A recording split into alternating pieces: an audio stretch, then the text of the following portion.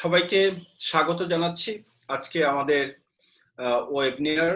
আ মূলত আমরা এই ওয়েবিনারটি শুরু করেছি আমাদের ওভারসিসে আমাদের যারা বাংলাদেশী বন্ধুরা, বড় ভাইরা এবং এক্সপার্টরা রয়েছেন, তাদের সাথে আলোচনা করে বাংলাদেশের এখন যে COVID-19 সমস্যাটি রয়েছে, এটি কিভাবে আমরা সলিউশন করতে পারি বা এই সমস্যাগুলি কিভাবে আমরা উতরাতে পারি। আপনারা জানেন যে আমাদের বাংলাদেশে এখন এই COVID-19 আসার পরে হেলথ সিস্টেম একটি মেজর সমস্যা হিসেবে দেখা দিয়েছে যে হেলথ সিস্টেমে আমাদের অনেক গ্যাপ আইডেন্টিফাই হয়েছে।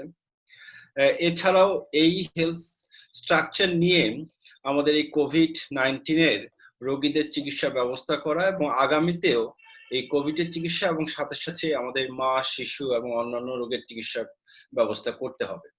এই পরিপ্রেক্ষিত থেকে আজকে আমরা আপনাদের সামনে যুক্ত হয়েছি আমাদের অস্ট্রেলিয়ার বন্ধু বড় ভাইদের সাথে।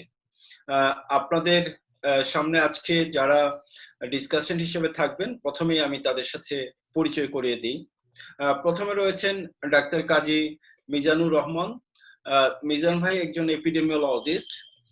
তিনি মূলত ঢাকা মেডিকেল কলেজ থেকে পাশ করেন 97-এ। তারপর তিনি Harvard school of public health থেকে আপনার বোস্টন থেকে ওনার পড়াশোনা শেষ করেন, পাবলিক হেলথে মাস্টার্স করেন 2004 সালে। পরে তিনি আপনার পিএইচডি করেন অস্ট্রেলিয়া থেকে, Australian national university of Canberra থেকে 2015 সালে। মিজান ভাই মূলত আপনার তার জীবনে একটা বড় সময় আইসিডিডিআরবি তে কাজ করেছেন। আইসিডিডিআরবি তে কাজ করার সময় তিনি বিভিন্ন ধরনের রিসার্চ ইনভলভ ছিলেন এবং আপনার রোটাভাইরাস, সিগেলা এবং হেমোফিলিয়াস ইনফ্লুয়েঞ্জা টাইপ বি নিয়ে উনি অনেক কাজ করেছেন। আমরা আজকের এই ওয়েবিনারে মিজান ভাই আপনাকে স্বাগত জানাচ্ছি। ধন্যবাদ। এরপরে আমাদের সাথে রয়েছেন মোহাম্মদ এনামুল হক। মূলত তিনি একজন হেলথ ইকোনমিস্ট। এনাম ভাইয়ের ডাইভার্সিফাইড একটা ব্যাকগ্রাউন্ড রয়েছে, উনি বিভিন্ন সেক্টরে কাজ করেছেন এই হেলথ ইকোনমিক্স এর বিষয়ে, কিন্তু ওনার মূল ফোকাসটা ছিল হলো হেলথ এবং নিউট্রিশনের ক্ষেত্রে, এবং উনি বিভিন্ন রকম ইকোনমিক্যাল পার্সপেক্টিভে অ্যানালাইসিস এবং ডিজিজের ইকোনমিক্যাল পার্সপেক্টিভে বিভিন্ন কাজ করেছেন। মিজান ভাই এখন সিনিয়র ইকোনমিস্ট হিসেবে নিউ সাউথ ওয়েলস এর এজেন্সি ফর ক্লিনিক্যাল ইনোভেশন নিয়ে কাজ করছেন অস্ট্রেলিয়াতে। মিজান ভাই আপনাকে স্বাগত জানাচ্ছি। ধন্যবাদ। এনাম ভাই জি। এরপরে আমাদের সাথে রয়েছেন ডক্টর রফিকুল ইসলাম। রফিক ভাই মূলত বরিশাল মেডিকেল কলেজ থেকে পাশ করে বাংলাদেশে কাজ করতেন। তারপর তিনি অস্ট্রেলিয়াতে রয়েছেন একজন পাবলিক হেলথ স্পেশালিস্ট হিসেবে। রফিক ভাই আপনাকেও স্বাগত জানাচ্ছি। ধন্যবাদ। আমাদের সাথে আরো সংযুক্ত হবেন প্রফেসর আবুল হাসান মিল্টন। উনি পাবলিক হেলথ স্পেশালিস্ট, বাংলাদেশে ওনার প্রচুর কাজ রয়েছে। উনি পাবলিক হেলথে বেশ কিছুদিন যাবত অস্ট্রেলিয়াতে কাজ করেন এবং অনেক ছাত্র বাংলাদেশে রয়েছে। আমরা আশা করছি যে মিল্টন ভাই আমাদের সাথে কিছুক্ষণ পরেই আমাদের সাথে সংযুক্ত হবেন। তো আমরা আমাদের অনুষ্ঠানের শুরুতেই প্রথমেই মিজান ভাইয়ের সাথে আমরা আলোচনাটা শুরু করতে চাই। মিজান ভাই, যে আপনার পার্সপেক্টিভ থেকে যে আপনি তো অস্ট্রেলিয়াতে আছেন, সেই জায়গাটায় বাংলাদেশি কমিউনিটি যারা রয়েছে অথবা আপনার বন্ধু বান্ধব যারা রয়েছে, অথবা আপনি যদি একটু অস্ট্রেলিয়ান যারা লোক যারা রয়েছে তাদের করোনা বা কোভিড এফেক্টের অবস্থাটা কি, সেটা যদি একটু আমাদের সাথে গল্পটা বলেন। ধন্যবাদ শামীম ভাই, এবং শুরুতেই আমি এমিনেন্সকে ধন্যবাদ জানাই এই ওয়েবিনারে আমন্ত্রণ জানানোর জন্য, এবং যারা শুনছেন সবাইকে আন্তরিক শুভেচ্ছা। আমরা যদি অস্ট্রেলিয়ার প্রসঙ্গে আসি, আমি যদি একটু পেছনে যাই, প্রথম যে কেসটা অস্ট্রেলিয়াতে শনাক্ত হয় সেটা জানুয়ারি মাসের শেষের দিকে, প্রথম কোভিড কেস, এবং তারপরে কিন্তু খুব দ্রুত কেসের সংখ্যা বেড়ে যেতে থাকে। তো মার্চের মাঝামাঝি গিয়ে এটা বেশ একটা ভালো একটা পিকে গিয়েছিল। তখনও কিন্তু বাংলাদেশে সেরকম কোভিড আমরা দেখছিলাম না। এবং বেশিরভাগ কেসই তখন ছিল যে বিদেশ থেকে বেড়াতে এসছে অস্ট্রেলিয়াতে, অথবা তারা অস্ট্রেলিয়াতেই থাকেন, তার নিজের দেশে গিয়েছিলেন, তারপর ফিরে এসছে। এবং সেখানে কিন্তু আমরা একটা সুন্দর একটা সামঞ্জস্য দেখতে পাচ্ছিলাম, বা একটা সম্পর্ক দেখতে পাচ্ছিলাম যে পৃথিবীর অন্যান্য জায়গায় করোনা ভাইরাসের যে এপিসেন্টার গুলো তৈরি হচ্ছিল, তাদেরই একটা প্রতিনিধিত্ব আমরা আমাদের কেসের মধ্যেও দেখতে পাচ্ছিলাম। যেমন আমাদের এখানে কেস ছিল যারা এসেছিল ইটালি থেকে ফিরে এসেছিল, বা ইরান থেকে প্রথম দিকে, সাউথ কোরিয়া। তারপরে আমরা দেখলাম যে বেশিরভাগ কেসই যারা বিদেশ থেকে ইনফেকশনটা নিয়ে আসছে, তাদের বেশিরভাগই ছিল মার্কিন যুক্তরাষ্ট্র থেকে। তো যে জিনিসটা অস্ট্রেলিয়ান সরকার এখন পর্যন্ত খুব ভালোভাবে করতে পেরেছে, সেটা হচ্ছে যে এই যে কেসগুলো যারা বিদেশ থেকে ইনফেকশনটা নিয়ে অস্ট্রেলিয়াতে আসলো, তাদের থেকে যাতে লোকালি কোনো ইনফেকশন না ছড়ায়, এই জিনিসটাকে তারা নিয়ন্ত্রণ করার জন্য সর্বাত্মক চেষ্টা চালিয়ে যাচ্ছে, এবং তখনও যাচ্ছিল। এবং সেটারই একটা সুফল হিসাবে এখন করোনা ভাইরাসের সংখ্যা অনেক কমে এসেছে অস্ট্রেলিয়াতে। আহ গত এক সপ্তাহের হিসাব যদি আমরা দেখি, প্রতিদিন গড়ে 12টা মতো করে কেস আমরা এখন রিপোর্টেড হতে দেখছি সারা অস্ট্রেলিয়াতে। এবং অস্ট্রেলিয়া আসলে লকডাউন খুলে এখন আবার আস্তে আস্তে স্বাভাবিক জীবনের দিকে ফিরে যাওয়ার চেষ্টা করছে, যদিও সেটা বিভিন্ন স্টেটে, বিভিন্ন টেরিটরিতে বিভিন্ন ভাবে সেটা হচ্ছে। স্কুল, আমরা যে স্টেটে থাকি, নিউ সাউথ ওয়েলস, এই সপ্তাহ থেকে স্কুল খুলে গিয়েছে বাচ্চাদের। তো আমি বলবো যে অস্ট্রেলিয়ার প্রেক্ষাপট আসলে অনেক ভিন্ন বাংলাদেশের থেকে। এটার জিওগ্রাফিক্যাল লোকেশন ডিফারেন্ট, এবং দেশটা অনেক ছড়ানো। তো সরাসরি আমরা অস্ট্রেলিয়ার অভিজ্ঞতাটা বাংলাদেশের ক্ষেত্রে প্রয়োগ করতে আসলে পারবো না, প্রেক্ষাপটটা একেবারে ভিন্ন। কিন্তু আহ এখানে যেটা কয়েক মাস আগে হয়েছে, সেটা বাংলাদেশ তার ভিতর দিয়ে গিয়ে আর হয়তো আরেকটু বেশি হয়তো এখন চলে গিয়েছে। আমি শুধু এটুকুই বলতে পারি এখন। তো আপনি আপনি যে কথাটি বললেন যে দেখেন কেসের ক্ষেত্রে আপনারা জানুয়ারি মাসে ফার্স্ট কেস পান, জানুয়ারি এবং শেষের দিকে। জি শেষের দিকে, এবং কেসগুলো আপনার মূলত প্রথমে ইটালি থেকে, তারপরে আপনার আমেরিকা থেকে, এই সমস্ত জায়গাগুলো থেকে আপনাদের কেসগুলো আসছিল। এই জায়গায় কিছুটা সিমিলারিটি হয়তো আমাদের সাথেও আপনাদের আছে, কারণ জি আমাদের ধারণা করা হয় যে প্রথমে কিন্তু আমরা বাংলাদেশে চায়না থেকে বাঙালি যারা ছিল তাদেরকে ফেরত নিয়ে আসা হয়, এবং খুব ভালোভাবে কোয়ারেন্টাইন করে আপনার হাজি ক্যাম্পের ভিতরে রেখে তারপর তাদেরকে ছাড়া হয়। তারপর আমাদের কিন্তু কেস সেরকম আইডেন্টিফাই হচ্ছিল না। পরবর্তীতে ইটালি থেকে যখন আপনার কেসটা আসলো, দেখা গেল যে ইটালির কেসগুলোই আমাদের দেশে হয়তো স্প্রেড করেছে শুরুতে, এবং মার্চের 8 তারিখের দিকে আমাদের ফার্স্ট কেসটা আমরা পাই। তো এই ক্ষেত্রে একটা সিমিলারিটি আছে। আমরা যে সমস্ত আপনার হার্ড লকডাউনের কথা বা সোশ্যাল ডিস্টেন্সিং এর কথা বলি, আপনার আমাদের সোশিও ইকোনমিক্যাল পার্সপেক্টিভে এটা হয়নি, আবার মানুষ যে একেবারে মানতে চায়নি তাও না। আমি যদি বলি যে লটস অফ পিপল আপনার লকডাউনের এই যে একটা লম্বা সময় যাচ্ছে, সেই লকডাউনের ভিতরে কিন্তু আছে। কিন্তু এখন কিন্তু আমাদের লাস্ট মান্থ থেকে বলবো যে মের প্রথম দিক থেকে আমাদের নাম্বার অফ কেস অনেক বেশি আইডেন্টিফাই করা শুরু করেছে। আবার এদিকে দেখেন যে একটা ইকোনমিক্যাল একটা প্রেশার, তো আমাদের তো একটা ইকোনমিক্যাল যে অবস্থা, সেখান থেকে তো সরকারের উপরে তো একটা বড় প্রেশার।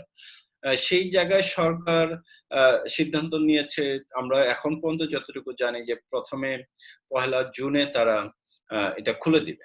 হ্যাঁ, অফিস আদালত এগুলো শুরু করবে। তো এই জায়গাটায় আমরা যারা এপিডেমিওলজিতে কাজ করি, হ্যাঁ, আমাদের ধারণা যে এটা খুলে দিলে এটার সংখ্যা আরো বেড়ে যাবে। হ্যাঁ, এই সংখ্যাটা বেড়ে যাওয়ার সম্ভাবনাটা আছে। তো এই পার্সপেক্টিভ থেকে আমি একটু রফিক ভাই এর কাছে একটু প্রশ্নটা আনতে চাই যে, রফিক ভাই আপনার কি ধারণা যে যদি এরকম খুলে দেওয়া হয়, আমাদের কেস লোড কি হতে পারে বলে আপনার মনে হয়? তো অন দ্য বেসিস অফ আপনার এক্সপেরিয়েন্স ইন অস্ট্রেলিয়া এবং অন্যান্য জায়গায় যেটা দেখছেন। ধন্যবাদ শামীম। ধন্যবাদ এমিনেন্সের দর্শক শ্রোতাকে। আসলে লকডাউন খুলে দিলে তার তো একটা ইম্প্যাক্ট থাকবে, স্পেশালি বাংলাদেশের মতো দেশে যেখানে মানুষের ঘনত্ব অনেক বেশি। সেখানে আমরা এক ধরনের আশঙ্কা তো করতেই পারি, কিন্তু সারা বিশ্বের ছবি যদি এক জায়গায় করে থাকি তাহলে দেখা যাবে যে প্রত্যেকটা দেশেই 12 থেকে 14 সপ্তাহ এরকম একটা ব্যাপার, যে এখানে পিক রিচের আমরা সব সময় বলছি যে এটা পিকে পৌঁছাচ্ছে কিনা, সেরকম একটা ব্যাপার থেকে যায়। কিন্তু সেইটা বাংলাদেশের প্রেক্ষাপটে আমার মনে হয় আরেকটু দীর্ঘায়িত হওয়ার সম্ভাবনা বেশি। কিন্তু এক্সাক্ট কিরকম ফিগারটা হবে, কত বাড়বে, সেটা বলা খুব মুশকিল এই মুহূর্তে। এটার একটা ম্যাথমেটিক্যাল ক্যালকুলেশন ইনফেকশন রেটের উপরে ধারণা করে তারপরে একটা ম্যাথমেটিক্যাল ক্যালকুলেশন করতে হবে, এবং সেই ক্ষেত্রে বলা সম্ভব কাছাকাছি যদি কারেন্ট ইনফেকশন রেটটা কন্টিনিউ করে। এছাড়া দ্বিতীয়ত আমাদের কিছু সীমাবদ্ধতা রয়েছে, যে সীমাবদ্ধতা হচ্ছে আমরা যথেষ্ট পরিমাণে আমরা রোগী শনাক্ত করার বিষয়গুলো দেখছি কিনা, সেটার কিছু সীমাবদ্ধতা থাকছে। তো সব মিলিয়ে আমার মনে হয় যে বাংলাদেশে কেস সংখ্যা এখনো পর্যন্ত আমরা পিকে পৌঁছাতে পারি নাই। সুতরাং একটা এক ধরনের আশঙ্কা রয়ে যাচ্ছে। রবি ভাই ধন্যবাদ। আমাদের সাথে মিল্টন ভাই যোগ দিয়েছে। মিল্টন ভাই স্বাগত আপনাকে।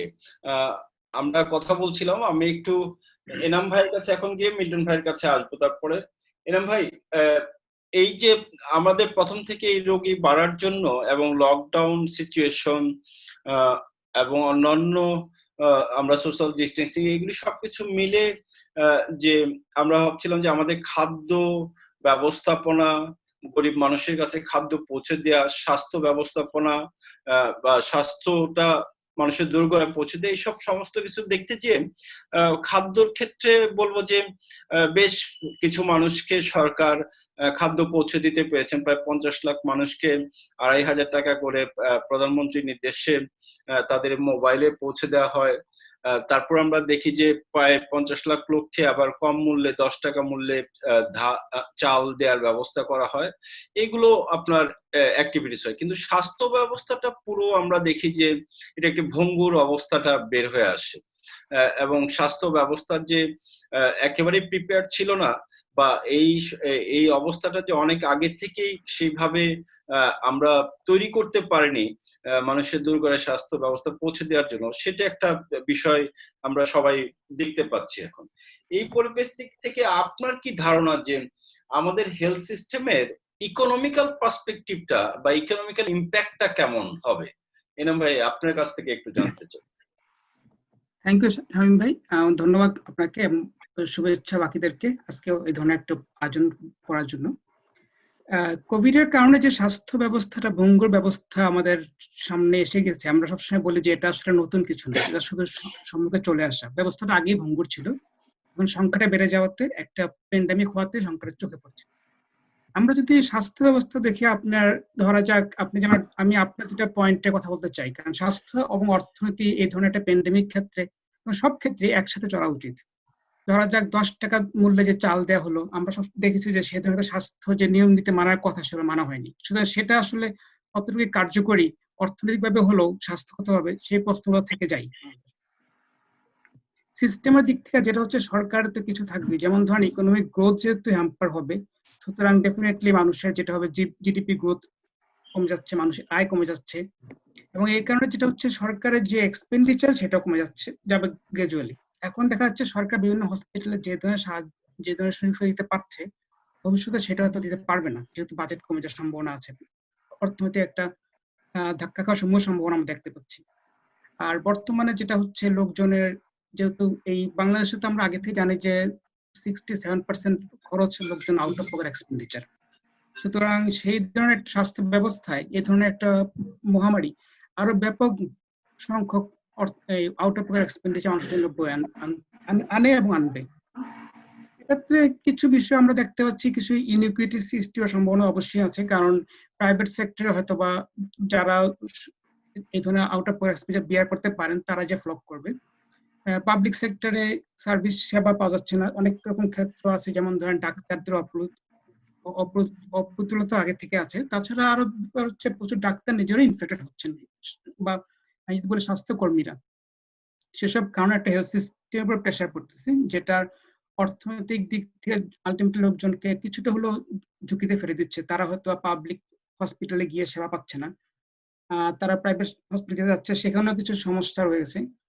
কিছু সমস্যা হচ্ছে যে যেহেতু ডিমান্ড হচ্ছে, মানুষ অথবা এই ধরনের ক্ষেত্রে মানুষ ট্রেডিশনাল যে হেলথ কেয়ার প্রোভাইডার তাদের কাছে ফ্লক যাবে, যেটা আমাদের স্বাস্থ্য ব্যবস্থাকে আর চরম ঝুঁকিতে ফেলে দিবে। আমাদের যে অনেক বছরের যে চেষ্টা সাধনা ছিল যে আমরা ট্রেডিশনাল হেলথ কেয়ারের কাছ থেকে লোকজনকে স্বাস্থ্য সেবাতে নিয়ে আসবে, তারা সরকারি ডাক্তার যাবে বা যারা ট্রেনিং প্রাপ্ত ডাক্তার তার কাছে যাবে, সেখানে একটা বড় রকম ঝুঁকির সম্ভাবনা রয়ে যায়। তো আমি বলবো যে এগুলো একটা ফ্যাক্টর। এছাড়া আপনার আরো কিছু ফ্যাক্টর আমাদের জন্য হেলথ সিস্টেমিক চিন্তার বিষয়, যেটা হচ্ছে ড্রাগ প্রাইস। আপনি যদি দেখেন যে বাংলাদেশে যে ড্রাগ প্রাইস, যে ড্রাগ প্রস্তুত করে, সেই ড্রাগ গুলো কিন্তু বেশিরভাগ র মেটেরিয়ালস আসে ইন্ডিয়া এবং চায়না থেকে, 70% মতো। এবং এটা তো হ্যাম্পার হচ্ছে এবং ভবিষ্যতে আরো সম্ভাবনা হচ্ছে এটা ধাক্কা খাওয়ার। সেক্ষেত্রে ওষুধের দামও বেড়ে যাবে, ওষুধের অপ্রতুলতা দেখা দিবে। চাইলেই যে লোকজন স্বাস্থ্য সেবা হসপিটালে গিয়ে ট্রিটমেন্ট পাবে অথবা ওষুধ পাবে, সেটা বলা যাচ্ছে না এই মুহূর্তে। এবং এটা খুবই সম্ভাবনা খুবই ব্যাপক যে লোকজন স্বাস্থ্য ব্যবস্থায় অর্থনৈতিক ঝুঁকির কারণে পড়বে। ধন্যবাদ। ধন্যবাদ এনাম ভাই। মিল্টন ভাই, আপনার কাছে একটু আসতে চাই। আমরা তো সমস্যা শুনলাম, আপনি সমস্যাটা জানেন। এই ভঙ্গুর স্বাস্থ্য ব্যবস্থাটাকে দাঁড় করানোর উপায়টা কি, সলিউশনটা কি? তো আপনার আলোচনাটা ওই সলিউশনটা দিয়ে শুরু করতে চাই মিল্টন ভাই।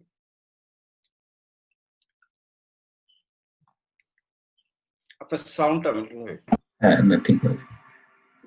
সলিউশনটা হলো বাংলাদেশের শীর্ষ নীতি নির্ধারকদের আগে কনভিন্সড হতে হবে যে বাংলাদেশের স্বাস্থ্য খাতটা যেভাবে চলা উচিত 2020 সালে সেভাবে চলছে না। স্বাস্থ্য হেলথ সিস্টেমের যে কনসেপ্টটা পৃথিবীতে আরো 20-25 বছর আগে থেকে কাজ করছে, সেই কনসেপ্টটা এখনো আমরা বাংলাদেশে ধারণ করতে পারিনি। এখনো স্বাস্থ্য খাত মানেই ডাক্তার, মানে স্বাস্থ্য খাতের যে 6টা কম্পোনেন্ট আছে, যে হেলথ সিস্টেমের 6টা কম্পোনেন্টের প্রথম কম্পোনেন্টটা হলো leadership and good governance. Leadership হলো health minister, he is our leader. এবং গুড গভর্নেন্স এনশিওর করতে হবে, সুশাসন।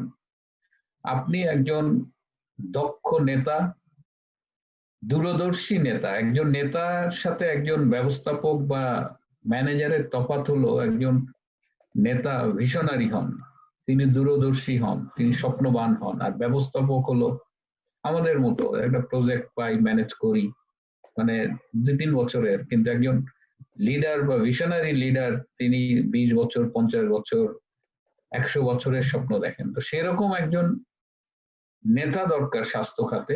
এবং সুশাসন যদি আমরা নিশ্চিত না করতে পারি, পরের যে 5টা কম্পোনেন্ট আছে, ওই 5টা কম্পোনেন্ট তখন আর ঠিক মতো ফাংশন করবে না। সো এটা একটা বেসিক।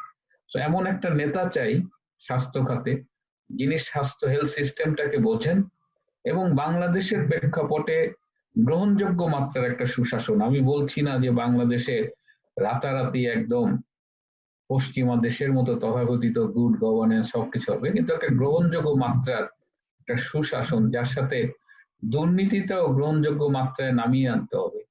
এরপরে আপনি 6টা কম্পোনেন্টের আরেকটা কম্পোনেন্ট আছে, সেটা হলো ওয়ার্কফোর্স। সেই ওয়ার্কফোর্সের আপনি যখন স্বাস্থ্য খাতের ওয়ার্কফোর্সের কথা বলি, ডাক্তার আছে, নার্স আছে, প্যারামেডিক্স আছে বা অ্যালাইড হেলথ প্রফেশনালস আছে। এই 6টা কম্পোনেন্টের একটা কম্পোনেন্টের আবার 1/4 বা 1/3 হলো আমরা ডাক্তার। কিন্তু এখনো আমাদের নীতি নির্ধারকদের ধারণা যে স্বাস্থ্য খাত মানেই ডাক্তার। দেখবেন যে যে কোনো ক্রাইসিসে আমরা কিছু আমাদের খুব শ্রদ্ধেয়ভাজন কিছু সিনিয়র ক্লিনিশিয়ান আছেন যাদের ভীষণ নামডাক, তাদের খুব ভালো প্র্যাকটিস আছেন, যে কোনো ক্রাইসিসে আমরা তাদের নিয়ে আসি। আমি আপনাকে এই মহামারীর উদাহরণ দিই। এই যে মহামারী, এটা একটা জনস্বাস্থ্য বিষয়ক সমস্যা, কিন্তু জনস্বাস্থ্য বিষয়ক সমস্যা নিয়ন্ত্রণে জনস্বাস্থ্য বিশেষজ্ঞদের অংশগ্রহণ খুব কম। এই সমস্যাটা নিয়ন্ত্রণে সামনে থেকে পরিকল্পনা বাস্তবায়ন, পরিকল্পনা করা এবং জাতিকে পথ দেখানোর প্রধান দায়িত্ব ছিল জনস্বাস্থ্য বিশেষজ্ঞদের, কিন্তু তাদের আমরা সুযোগই তেমন পেলাম না।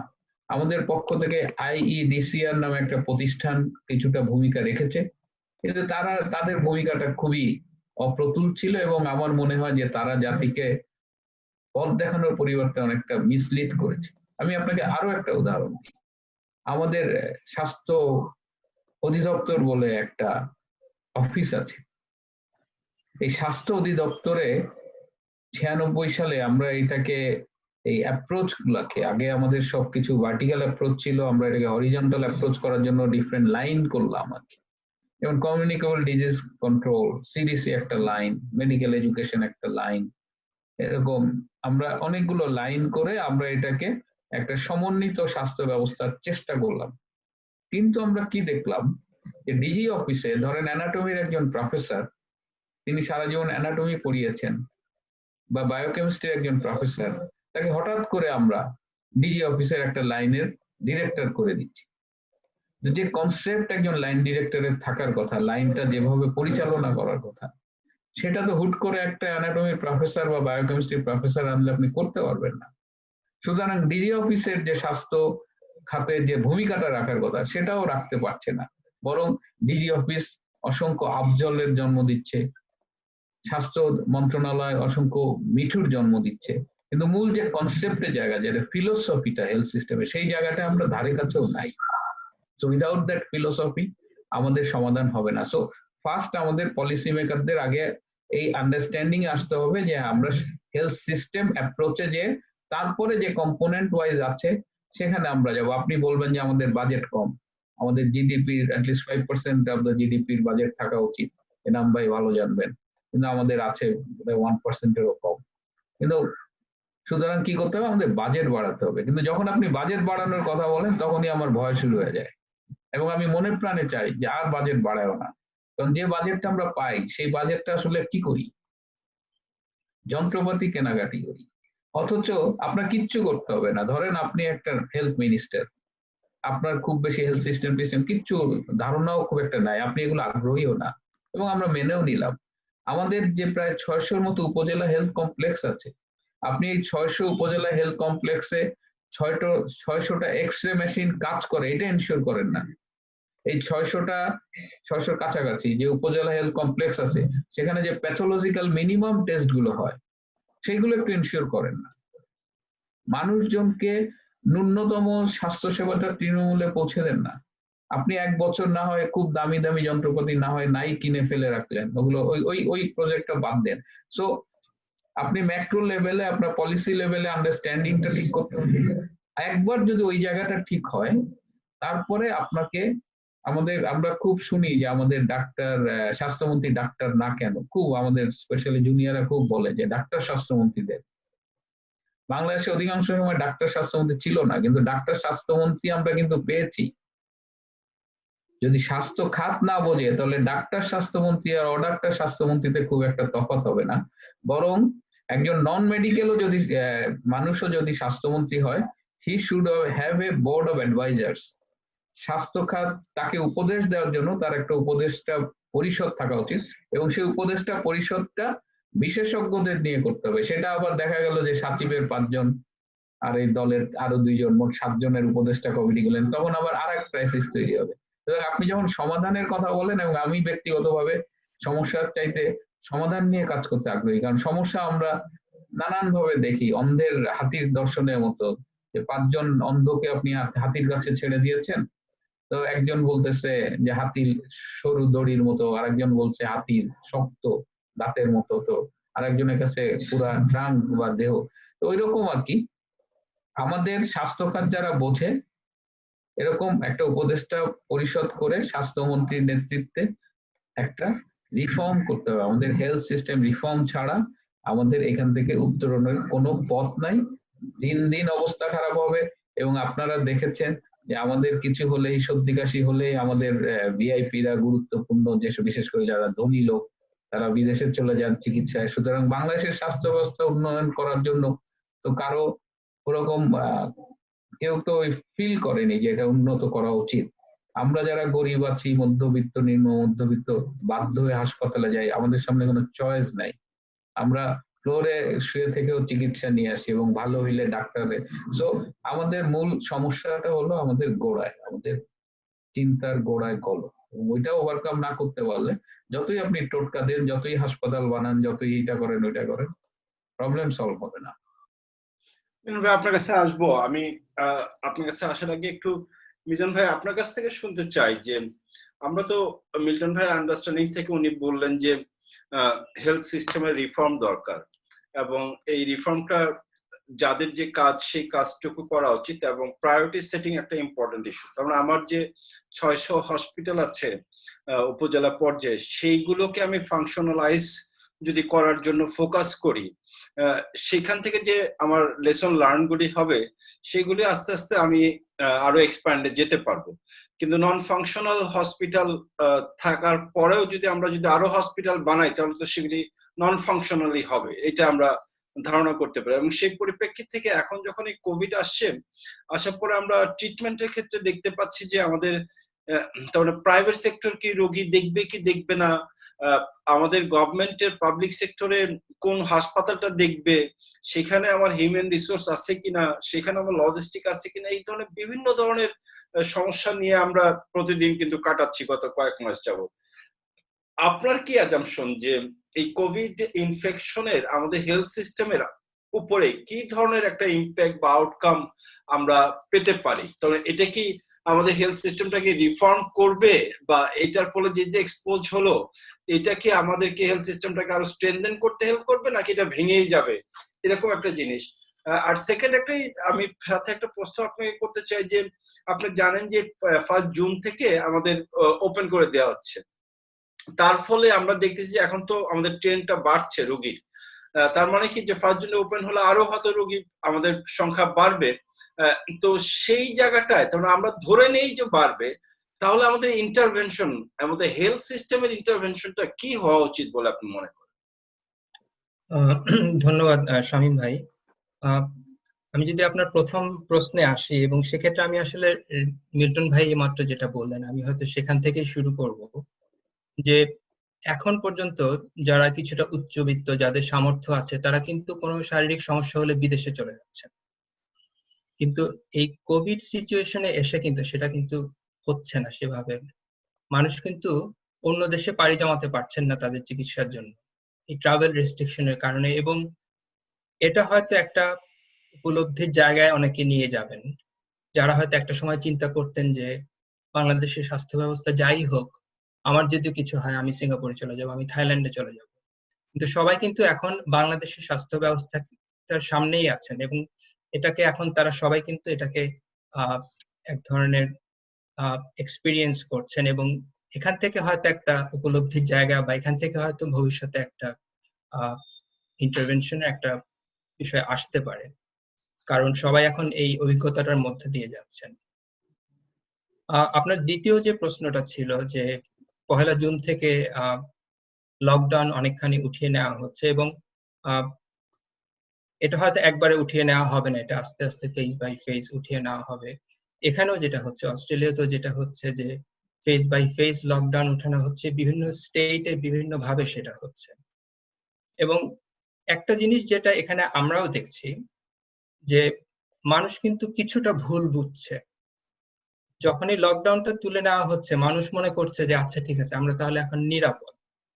কিন্তু আমরা কিন্তু আসলে নিরাপদ না, করোনা ভাইরাস কিন্তু আছে বাইরে। লকডাউনটা তুলে নেওয়া হচ্ছে কিন্তু অর্থনীতির কারণে, এই বিষয়টা কিন্তু মানুষকে বুঝতে হবে। আমরা যদি আগে যেভাবে আমরা চলাফেরা করতাম, আমরা আগে যেভাবে ফিরে সমাজে ছিলাম সেভাবে যদি ফিরে যাওয়ার চিন্তা করি, তাহলে কিন্তু খুবই বড় একটা বিপদ হয়ে যেতে পারে, বা একটা সমস্যা হয়ে যেতে পারে। এবং আরেকটা বিষয় যেটা খুবই গুরুত্বপূর্ণ, সেটা হচ্ছে যে আমি খুব সামান্য একটা যদি উদাহরণ দেই, আমরা যখন গাড়ি চালাই, আমরা যখন ট্রাফিক সিগন্যালে লাল আলো দেখে দাঁড়াই, আমরা কিন্তু দাঁড়াই কারণ হচ্ছে যে আমি যদি সিগন্যালটা ক্রস করি তাহলে পুলিশ আমাকে ফাইন করবে, এটা আমাদের মনে কাজ করে। কিন্তু আমরা কিন্তু আসল কারণটা কিন্তু ভুলে যাই, যে আমি যদি লাল বাতি দেখেও রাস্তায় নামি তাহলে কিন্তু অ্যাক্সিডেন্ট হতে পারে। তো লকডাউনের কারণে মানুষের মনে কিন্তু একটা ভয় চলে আসছে যে আমি যদি এখন বের হই তাহলে তো আমাকে পুলিশ ধরবে, আমাকে ফাইন করবে। কিন্তু এটার পেছনে কারণটা কি? যে আমি যদি বের হই তাহলে কিন্তু আমার করোনা ভাইরাস হতে পারে। মানুষের মধ্যে কিন্তু সেই বিষয়টা কিন্তু থাকতে হবে পুরোপুরি, এবং আইন প্রয়োগ এতদিন করা হয়েছে, যেটা অস্ট্রেলিয়াতেও হয়েছে, কিন্তু যেটা সেইভাবে করা হয়নি, এটা আমরা এখানে অস্ট্রেলিয়াতেও যেটা আমরা ফিল করছি যে প্রথম দিকে কিছুটা এডুকেশনের ব্যবস্থা শুরু হয়েছিল অস্ট্রেলিয়াতে, যখন কেসের সংখ্যা বাড়া শুরু করলো তখন আমরা দেখছিলাম যে সরকারের পক্ষ থেকে কিছু কিছু এডুকেশনাল অ্যাক্টিভিটিস শুরু হয়েছিল, যদিও সেটা সে পরিমাণে ছিল না, পর্যাপ্ত ছিল না। মানুষকে বোঝানো যে কেন এই সোশ্যাল ডিস্টেন্সিং বা ফিজিক্যাল ডিস্টেন্সিংটা দরকার, কেন হাত ধোয়া দরকার, কেন হ্যান্ড স্যানিটাইজার ইউজ করা দরকার, কেন একজনের সাথে আরেকজনের দূরত্ব বজায় রাখা দরকার, বা কখন মাস্ক পরতে হবে। তো এই শিক্ষার বিষয়গুলো কিন্তু চাপা পড়ে গেল যখন আইন চলে আসলো। বলা হলো যে তুমি যদি না মানো তোমাকে $1300 ফাইন করা হবে এখানকার পরিপ্রেক্ষিতে। এখন যখন আইনটা চুলে উঠে যাচ্ছে তখন কিন্তু এই শিক্ষার বিষয়টাকে আবার নিয়ে আসতে হবে। মানুষকে বুঝতে হবে যে কি কারণে আমাদেরকে এই জিনিসগুলো করতে বলা হচ্ছে, কেন আমরা এই বিষয়গুলো করব। এবং মানুষ যখন তার কর্মক্ষেত্রে ফিরে যাবে, প্রত্যেকটা কর্মক্ষেত্রে তাদের নিজেদেরকে সিদ্ধান্ত নিতে হবে যে তারা কিভাবে নিজেদের সুরক্ষা করবেন আহ এই সমস্যাটা থেকে, না হলে কিন্তু একটা বিরাট সমস্যা হয়ে যাবে। এবং আমাদের এখানে অস্ট্রেলিয়াতে লকডাউনটা তখনই তুলে নেওয়া হয়েছে যখন কেসের সংখ্যা খুবই কমে এসেছিল। বাংলাদেশে লকডাউন তুলে নেওয়া হচ্ছে যখন গত 24 ঘন্টায় 1700 কেস আইডেন্টিফাইড হয়েছে, এবং সেটা আইডেন্টিফাইড হয়েছে কতগুলো টেস্ট থেকে, 9000 টেস্ট থেকে, যেটা আসলে মানে পার টেস্ট পজিটিভের রেট কিন্তু এখনো অনেক হাই, যদিও টেস্টের সংখ্যা অনেক বেড়েছে, যেটা খুবই ভালো, কিন্তু সেটাকে আরো বাড়াতে হবে। এবং টেস্ট বাড়িয়ে যারা কেস আছে তাদেরকে আইসোলেশনে রাখতে হবে, যারা ভালনারেবল তাদেরকে শিল্ডিং করতে হবে, তাদেরকে প্রোটেক্ট করতে হবে। কারণ আমার পরিবারে যদি একজন বয়স্ক কেউ থাকেন আর ছোট ছেলেটা যদি কাজে যায়, সে ফিরে এসে যেন তার বয়স্ক পিতা মাতা বা তার দাদা দাদিকে যেন ইনফেক্ট না করে, সেই বিষয়টা আমাদেরকে অ্যাসিওর করতে হবে। তো এখানে অনেকগুলো বিষয় আছে, এবং এটাকে ফেজ বাই ফেজ এই লকডাউন থেকে উঠে আসার একটা প্ল্যান করতে হবে। এবং আপনি হয়তো দেখেছেন যে রিসেন্টলি একটা পেপার এসেছে রাজীব চৌধুরী এবং অন্যদের, যারা বিভিন্ন ভাবে লকডাউন থেকে ওঠানোর একটা সাজেশন দিয়েছেন, যে কিছুটা ওঠানো অথবা কিছুটা তুলে আবার একটা লকডাউনে ফিরে আসা। এগুলো আসলে কিছুটা আলোচনার বিষয় আছে। ধন্যবাদ মিলন ভাই। রফিক ভাই, আপনার কাছে একটু আসতে চাই। আপনি তো বাংলাদেশে অনেকদিন কাজ করেছেন, তো আপনি যখন কাজ করতেন সেই অভিজ্ঞতা থেকে আজকে যখন আমরা দেখছি যে আমাদের হেলথ সিস্টেমটা ফেল করছে, তবে কেন ফেল করছে? আপনার সেই সময়কার দেখায় কি তখন কোনো ফল্ট ছিল, নাকি এটা তাহলে কি কারণ এই ফেল করার? আপনার কি ধারণা আপনার এক্সপিরিয়েন্স থেকে? ধন্যবাদ ডক্টর শামীম। আমি মিল্টন ভাইয়ের কথা ধরে আবার আসছি। দেখুন, বাংলাদেশের স্বাস্থ্য ব্যবস্থা, আপনি যদি একটি টারশিয়ারি লেভেল হাসপাতাল আপনি চিন্তা করেন, তাহলে সেখানে যে সমস্ত কর্মচারীগণ আছেন বা যারা স্বাস্থ্যসেবা প্রদান করে থাকেন, তারা মূলত তৃতীয় চতুর্থ শ্রেণী কর্মচারী, ডাক্তার এবং সেবিকা, আর কিছু প্রশাসনের লোক, এর মধ্যে সীমাবদ্ধ। আমাদের অ্যালাইড হেলথ বলতে কোনো সেরকম সেবা ব্যবস্থা আজও পর্যন্ত টারশিয়ারি হেলথ সেন্টার গুলোতে গড়ে ওঠেনি। আমাদের কোনো স্পিচ প্যাথোলজিস্ট নেই, আমাদের কোনো অকুপেশনাল থেরাপিস্ট নেই, আমাদের কোনো কি বলবো, আমাদের কোনো কার্ডিয়াক রিহ্যাব সেন্টার বাংলাদেশে কোনো সরকারি হাসপাতালে আমার জানা মতে নেই এখনো পর্যন্ত। সুতরাং আমাদের অনেক কিছু, মানে অনেকগুলো জিনিস, অনেকগুলো স্তর, আমাদের স্বাস্থ্য ব্যবস্থা বলতেই বোঝায় ডাক্তার এবং সেবিকা। আসলে একটা স্বাস্থ্য ব্যবস্থা হচ্ছে একটা সমন্বিত একটা বিষয়। এটা এখানে অনেকগুলো মাল্টিফেসেটেড হতে হবে এবং মাল্টি স্কিল লেভেল এঙ্গেজ হতে হবে, তা না হলে স্বাস্থ্য ব্যবস্থাকে আপনি পুরোপুরি, প্লাস হচ্ছে যেটা মিল্টন ভাই বলছেন গুড গভর্নেন্স, আমি বলবো এটা ক্লিনিক্যাল গভর্নেন্স। ক্লিনিক্যাল গভর্নেন্স যদি এনশিওর না করা হয় এবং অ্যাকাউন্টেবিলিটি বোথ ওয়ে, আমি মন্ত্রী, আমি সচিব, আমি ডিজি, আমার যতটা অ্যাকাউন্টেবিলিটি, আমি মেডিকেল অফিসার, আমি তৃতীয় শ্রেণী কর্মচারী, আমি চতুর্থ শ্রেণী কর্মচারী, আমারও অ্যাকাউন্টেবিলিটি প্রত্যেকের জায়গা থেকে অ্যাকাউন্টেবল হতে হবে। যদি অ্যাকাউন্টেবিলিটিটা আমরা নিশ্চিত না করতে পারি তাহলে কিন্তু আমরা আগাতে পারবো না, এটা হলো প্রথম কথা। দ্বিতীয়ত, আমি অস্ট্রেলিয়ার এক্সপিরিয়েন্স বলি। আমরা মিল্টন ভাই যেটা তুললেন কথাটা, যে প্রশাসনে, বাংলাদেশের মেডিকেল প্রশাসনে বায়োকেমিস্ট্রি থেকে একজন প্রফেসরকে এনে বসিয়ে দেওয়া হলো লাইন ডিরেক্টর করে বা ডিজি করে, বা মেডিসিনের একজন প্রফেসরকে এনে বসিয়ে দেওয়া হলো। প্রশাসনের ক্যাডারটাকে তৈরি করতে হবে কিন্তু সুচিন্তিত ভাবে, একদম প্রথম থেকে। আমাদের কিন্তু পাবলিক হেলথে কোনো ফেলোশিপ হয় না বাংলাদেশে, আমাদের কিন্তু মেডিকেল অ্যাডমিনিস্ট্রেশনে কোনো ফেলোশিপ হয় না বাংলাদেশে। মানে আপনি মেডিকেল অ্যাডমিনিস্ট্রেশন এমপিএইচ থেকে বা বাংলাদেশের যে কোনো জায়গা থেকে এমপিএইচ করবেন, মেডিকেল অ্যাডমিনিস্ট্রেশন আপনি যে কোনো ক্যাডার থেকে আপনি করতে পারবেন, সেটা করা সম্ভব। কিন্তু সেটা কিন্তু আপনার একটা ডিফাইন্ড পাথওয়ে হলো না। এই দেশে যেমন royal Australian college of medical administrators আছে, এখানে যেমন আরএসসি মানে royal Australian college of physicians এর আন্ডারে পাবলিক হেলথ মেডিসিনের ফেলোশিপ করা হয়। আমাদের দেশে কিন্তু পাবলিক হেলথ মেডিসিনের ফেলোশিপ আজ পর্যন্ত হয়নি। সুতরাং পাবলিক হেলথ ক্যাডারটা, physician cadre, public health physician ক্যাডারটা কিন্তু তৈরি হয়নি। এমপিএইচ কিন্তু মাস্টার্স অফ পাবলিক হেলথ কিন্তু যে কেউ করতে পারে বাংলাদেশে, এবং সেক্ষেত্রে কোনো বাধ্যবাধকতা নাই। আপনি একটা গ্রাজুয়েট হলে আপনি মাস্টার্স অফ পাবলিক হেলথ করতে পারবেন যে কোনো জায়গা থেকে, এক্সেপ্ট নিপসম।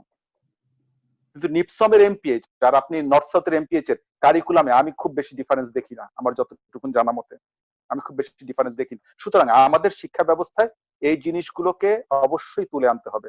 আমি যদি এই জিনিসগুলো তুলে আনি, এবং রাইট, মিল্টন ভাই আরেকটা কথা বলছেন যে জনস্বাস্থ্য বিশেষজ্ঞগণকে আরো বেশি এঙ্গেজ করার দরকার, বিশেষ করে এই ধরনের প্যান্ডেমিক সিচুয়েশন যেখানে সারা বিশ্বে, অস্ট্রেলিয়াতে বলি আপনার এখানে স্বাস্থ্যমন্ত্রীর নিচে একটা গ্রুপ থাকে, অ্যাডভাইজারি গ্রুপ থাকে, হেলথ অ্যাডভাইজারি গ্রুপ, সেখানে বিভিন্ন রকমের বিশেষজ্ঞরা সেই অ্যাডভাইস গুলো দিয়ে থাকেন, এবং তারা দেশের প্রয়োজনে এই অ্যাডভাইজারি গ্রুপকে আরো এক্সটেনশন করেন।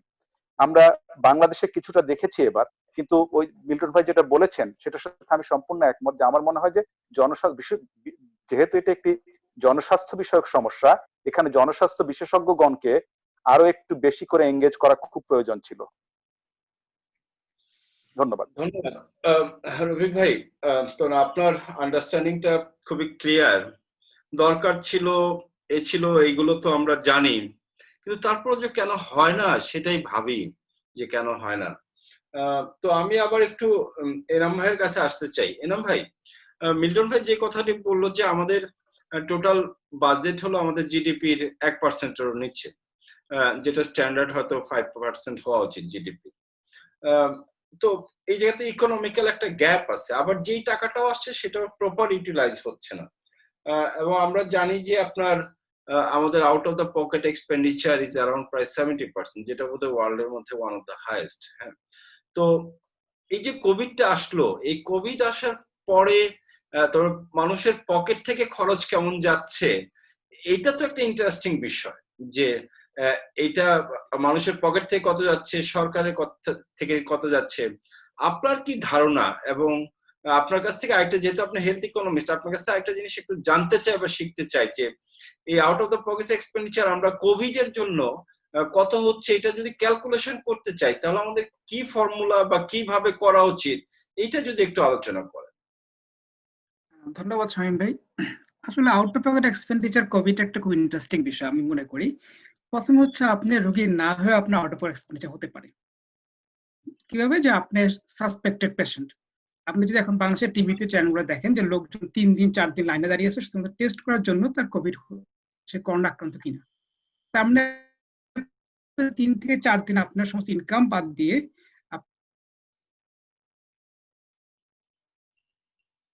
সব ধরনের ইনকাম বাদ দিয়ে আপনি নিজের পকেটের পয়সা, খাওয়া দাওয়া করে আসলে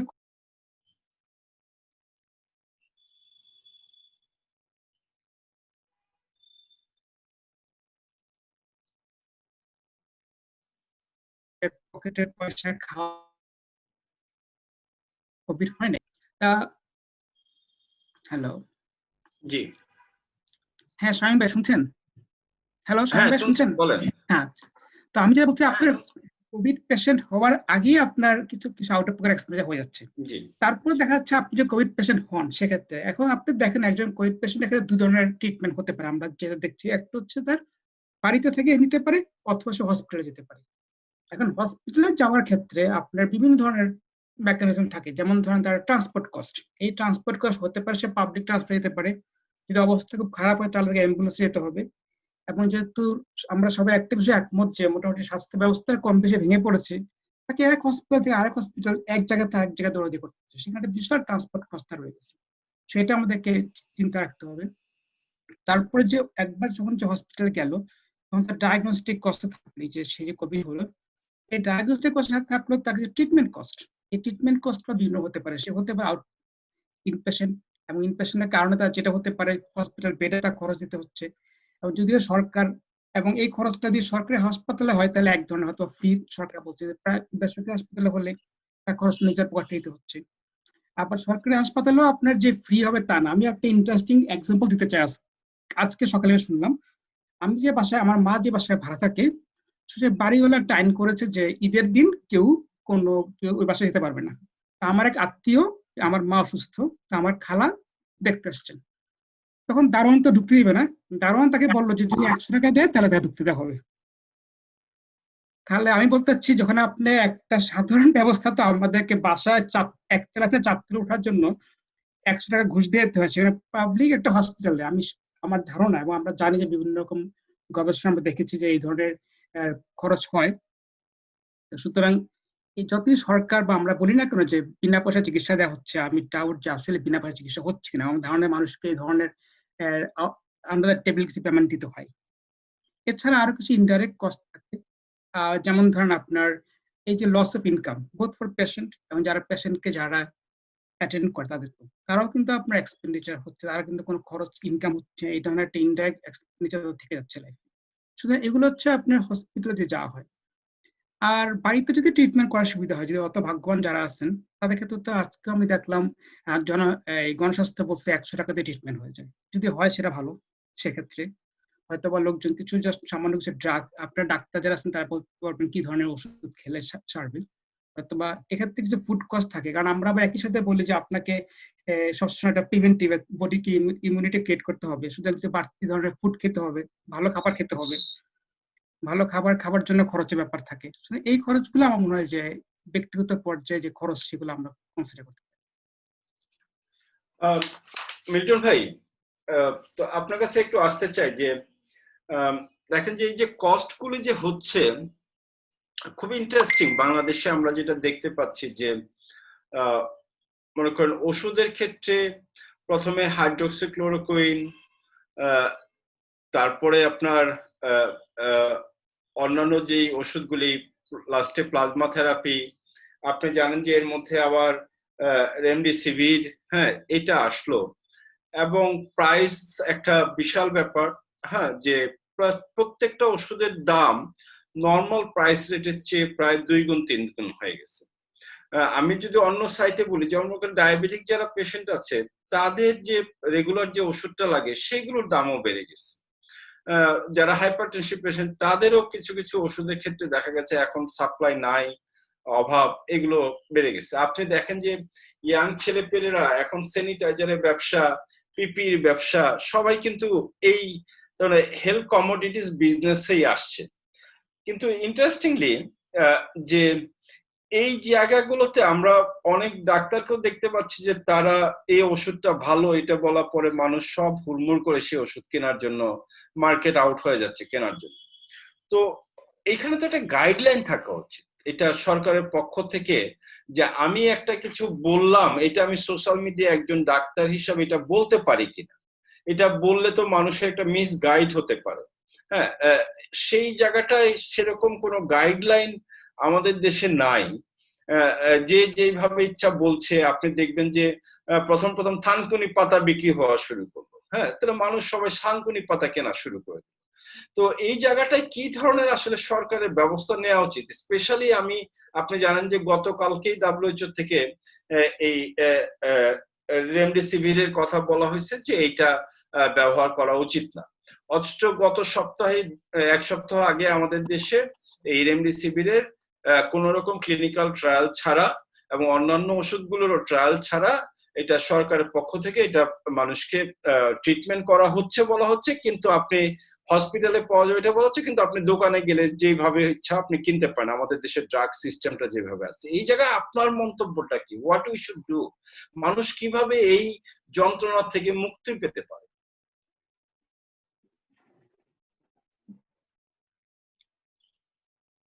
আপনার সাউন্ডটা মিটন ভাই। মানে মহামারীর সময় কিন্তু এই ক্রাইসিসটা হয়, এটা অস্বাভাবিক কিছু না। যে প্রায় 100 বছর আগে যখন স্প্যানিশ ফ্লু হয়েছিল, তখন তো পৃথিবীতে অ্যান্টিবায়োটিক ছিল না, অনেক ওষুধই ছিল না, তখন শুধু ম্যালেরিয়ার চিকিৎসার জন্য কুইনাইন ছিল। তখন কিন্তু এই কিছু ডাক্তার বলেছিল যে কুইনাইন দিয়েই স্প্যানিশ ফ্লু ট্রিটমেন্ট করা যাবে, যার কোনো ভিত্তি ছিল না, এবং মানুষ সমানে কুইনাইন কিনছে। তো এটা হয়, এবং যখন এই ধরনের একটা ইমার্জেন্সি সিচুয়েশন হয়, তখন আমরা সায়েন্সের যে নর্মাল স্টেপস গুলা, র্যান্ডমাইজ ক্লিনিক্যাল ট্রায়াল বা অন্যান্য স্টেপ গুলো ঠিক মতো করতে পারি না, অনেক কিছু বাইপাস করি। আমাদের অস্ট্রেলিয়াতেও, পৃথিবীর সব দেশেই আমাদের যে থেরাপিউটিক গুডস অ্যাডমিনিস্ট্রেশন যেটা আছে, টিজিএ, ওয়েবসাইটে গেলে দেখবেন যে জরুরি ওষুধ এবং জরুরি অনেক বিষয়ে তারা অনেক রুলস শিথিল করেছে। তো আমাদের বাংলাদেশের জন্য একটা ন্যাশনাল ট্রিটমেন্ট গাইডলাইন কিন্তু আছে। এই গাইডলাইনটা করেছে আমাদের যারা এক্সপার্ট প্রফেসর, সিনিয়র টিচাররা আছেন, এই সিনিয়ররা মিলে একটা গাইডলাইন করেছেন। যেহেতু সাফিসিয়েন্ট এভিডেন্স নাই, সেহেতু তারা তাদের অভিজ্ঞতার আলোকে বিভিন্ন ওষুধ তারা সাজেস্ট করে গাইডলাইনটা তৈরি করেছিলেন। হাইড্রোক্সিক্লোরোকুইন বা এরকম আরো অনেক ওষুধ আছে। তো এটা তাদের এক্সপেরিয়েন্স থেকে দেওয়া, এবং এটা কিন্তু অনেক দেশেই করেছে, আমেরিকাও করেছে, ট্রাম্প এটাকে আবার প্রমোট করেছে, নিজে খেয়েছেও। তো একটা হলো যে পৃথিবীতে ফার্মাসিউটিক্যালস এর বিলিয়ন বিলিয়ন ডলারের একটা বিজনেস আছে, তারা খুব স্বাভাবিকভাবেই এখন তৎপর। আমাদের বাংলাদেশে আমাদের প্রফেসররা একটা গাইডলাইন করেছে, এটা খুব একটা এভিডেন্স বেসড না, কিন্তু যতই এভিডেন্স আসতেছে ততই অনেক ওষুধ এক্সক্লুডেড হয়ে যাচ্ছে। হাইড্রোক্সিক্লোরোকুইন, গতকাল প্লাজমা থেরাপি, যেটা বাংলাদেশে খুবই অ্যাপ্রিসিয়েট করা হচ্ছিল, প্লাজমা থেরাপি বোধহয় খুব অ্যাক্টিভ, সেটাও WHO না করে দিয়েছে, রেমডেসিভিরটাও না হয়ে গেল। সো এই ক্রাইসিস গুলো এরকম একটা প্যান্ডেমিকে থাকবে, কিছু মানুষ বিজনেসের সুযোগ নেবে। তবে যেটা অনাকাঙ্ক্ষিত, যে আমরা দেখেছি বেশ কিছু শ্রদ্ধেয় অধ্যাপক বিভিন্ন ওষুধ প্রমোট করছেন ফেসবুক লাইভে এসে, ফার্মাসিউটিক্যালস এর স্পন্সর্ড অনুষ্ঠানে। এটা কিন্তু আনএথিক্যাল একটা কাজ। আপনি যদি সাইন্টিফিক্যালি কোনো কিছু প্রপোজ করতে চান, এটা আপনাকে সায়েন্টিস্টদের সাথে, ডাক্তারদের সাথে ডিসকাস করতে হবে। কিন্তু আপনি যখনই একটা ফার্মাসিউটিক্যালস এর স্পন্সর্ড প্রোগ্রামে ফেসবুক লাইভে যে ওই কোম্পানির ওষুধের কথা বলেন, তখন একটা কনফ্লিক্ট অফ ইন্টারেস্টের জায়গা তৈরি হয়, এবং যেটা মোরালিটি, এথিক্যাল এই ইস্যুগুলো সামনে নিয়ে আসে। বাংলাদেশে কিছু প্রফেসর এটা করছেন, খুব শ্রদ্ধেয় প্রফেসর গুলো, তাদের এই আচরণগুলো আমাদের আশাহত করেছে, ব্যথিত করেছে। কিন্তু বাংলাদেশের কনটেক্সটে এভিডেন্স জেনারেট করা, সেই কাজগুলো আমরা সবাই এখনো অভ্যস্ত না।